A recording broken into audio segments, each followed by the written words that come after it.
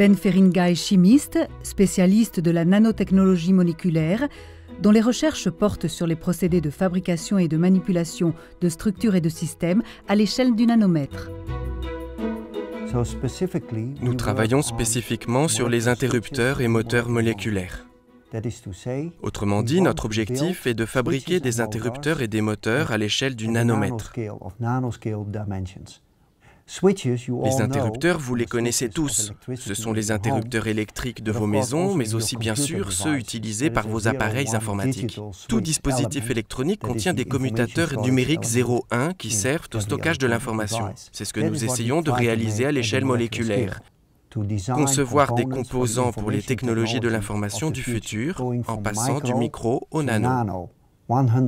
De 100 à 1000 fois plus petit qu'avec les technologies actuelles, avec des capacités de stockage et de traitement de l'information nettement supérieures. Nous essayons aussi de concevoir des moteurs à l'échelle nano. Pour cela, nous créons de nouvelles molécules et essayons de trouver le moyen de les faire bouger comme un moteur.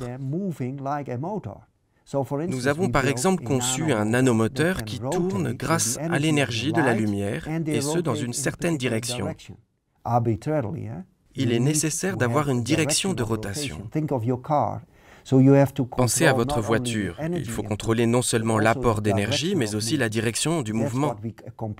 C'est ce que nous avons accompli à l'échelle nano en fabriquant ces moteurs moléculaires. Nous sommes ici dans le laboratoire de chimie où tout commence. C'est là que nous fabriquons les molécules. La nanovoiture, par exemple, nous la fabriquons étape par étape en partant de petites molécules pour arriver à des molécules plus grosses. C'est ici qu'est réalisée la synthèse moléculaire. Nous synthétisons et élaborons des molécules en laboratoire. On peut ainsi rêver à de futures applications. Imaginez un nanorobot qui se déplacerait dans votre sang pour déceler des défauts dans votre organisme, les réparer ou acheminer un médicament. Ou bien encore éliminer une cellule d'une tumeur. Bien sûr, ceci relève encore de la science-fiction, mais je suis persuadé que d'ici 20 ou 30 ans, il existera des dispositifs de ce type à l'échelle nano. C'est un grand honneur pour moi. Et je souhaiterais remercier la Fondation Simone et Sino Del Duca, et bien sûr l'Institut de France, de m'avoir accordé cet honneur. Nous envisageons de construire des nanovoitures pour transporter des choses par une route. Nous aimerions aussi concevoir un nanorobot aux fonctions très utiles.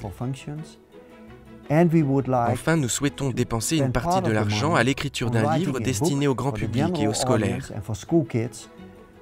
afin de leur montrer combien il est beau de construire à l'échelle nano.